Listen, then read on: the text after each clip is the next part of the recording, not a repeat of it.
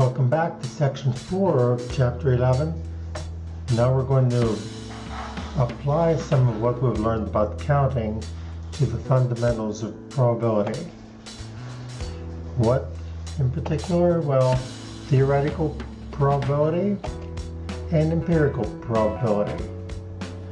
Very simply stated ahead of time, theoretical is if you can't do any actual research, you sort of do it with thought experiments and how many possibilities there are, equal possibilities. We'll get to that now.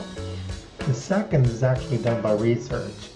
You actually get the numbers from maybe tossing coins or whatever the situation is, and you get some numbers together and you guess, smart guess, that this kind of ratio is going to continue in the future. So here are some words you can put to various probabilities. As you can tell here, the probabilities go from 0 at the bottom to 100%. Nothing above, nothing below. So when someone's, for example, when someone says they're giving 110%, well, that isn't possible. Nor is the probability of rain more than 100% or less than 0%. These are some words that you can use: 50-50 chance, unlikely, impossible, that's 0, and a certain thing, that's a probability of 1 or 100%, and likely in the middle there somewhere. 0 to 1. The closer to 1, the more likely it's going to happen. The closer to 0, the less likely it's going to happen. Theoretical. Now, this is something for which the outcome is uncertain, and your sample space is all possible outcomes. So that's something to keep in mind. Sample space. It's a set we talked about in chapter 2, and it's all the possible outcomes lumped together. And the sample space is usually referred to with a capital S. An event is a subset of a sample space. So the set containing some event is a subset of the sample space.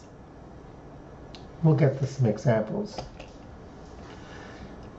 One thing also to remember is that if you add up all the theoretical probabilities, you should get exactly 1, barring some round-off errors, of course.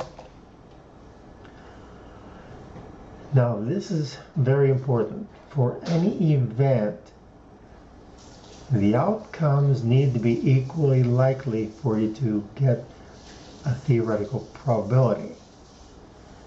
The sample space has equally likely simple outcomes. Each of those possibilities has the same chance as any other.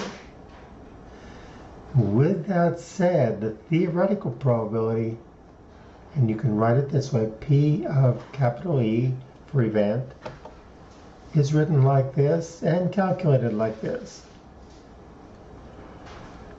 How many outcomes can occur in that particular event? This represents number of items that contain the event E, and denominators, how many different possibilities there are in total or from your sample space. So let's see how this works. First of all, let's take a look at A. Our die is rolled once. This is a typical die that has 6 sides, and you assume that it's fair, and each side is equally likely. Does that sound familiar? Equally likely to show up when you roll it. Now, what you want is the probability that you get a 3. That's our focus. So our event would be that a 3 shows up on your die. For the second, what we'll be looking at in the case of this die is our event. We'll call this event over here event 1 and this event 2. An even number could be a 2, could be a 4 in that die, or it could be a 6. And those are the possible simple outcomes put together creates an event called getting an even number.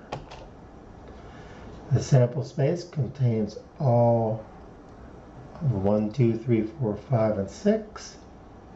If we want the probability of getting a 3, how many ways can you get a 3? Well, there's only one 3 on the die, at least on mine.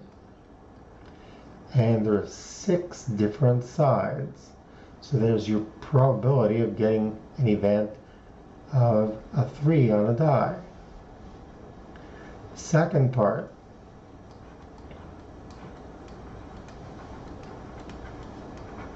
The probability of getting an even number.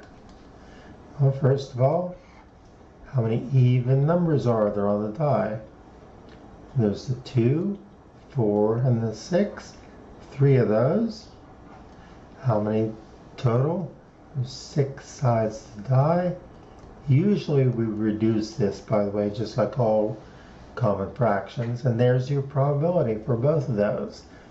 The probability of getting a 3 is 1 out of 6, or somewhere around 16.7%, and the probability of getting an even number is 50%.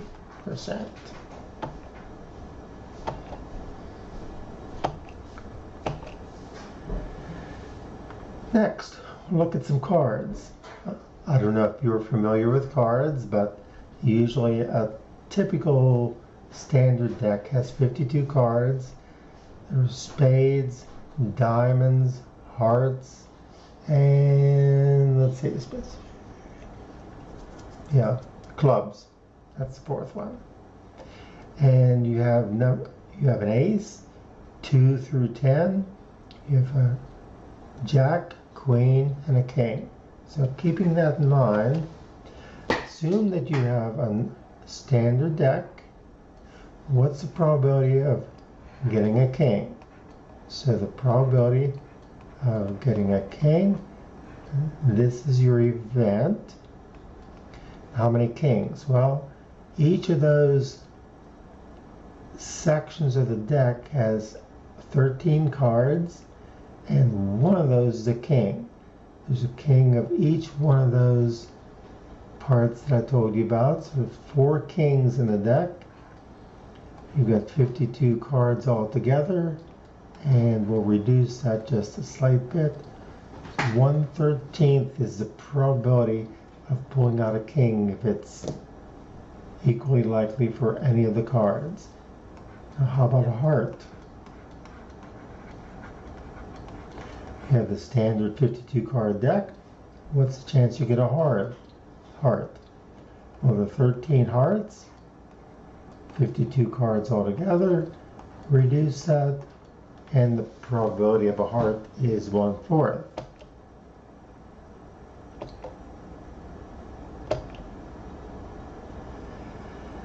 Empirical probability has to do with observation. How frequently does some event occur? You take the probability by taking how many times something occurs over all the attempts or all the experiments. So here's a table for us to use to play with. It says one person is randomly selected from the population. What's the probability the person is female? Probability of that one person being a female. Well, look at the list up here. How many females do we have? Well, if you look at the second row, we've got 124 females. And how many do we have total? Well, the total is down here. These are females. And this is the grand total. So females 124, 242 for the total. So divide those, and there's your probability of playing a female if you select one person from this particular group that we sampled. Well, folks, that's it for section 4. You've finished one more section. With a little practice, you'll be a pro at this. See you next time in section 5.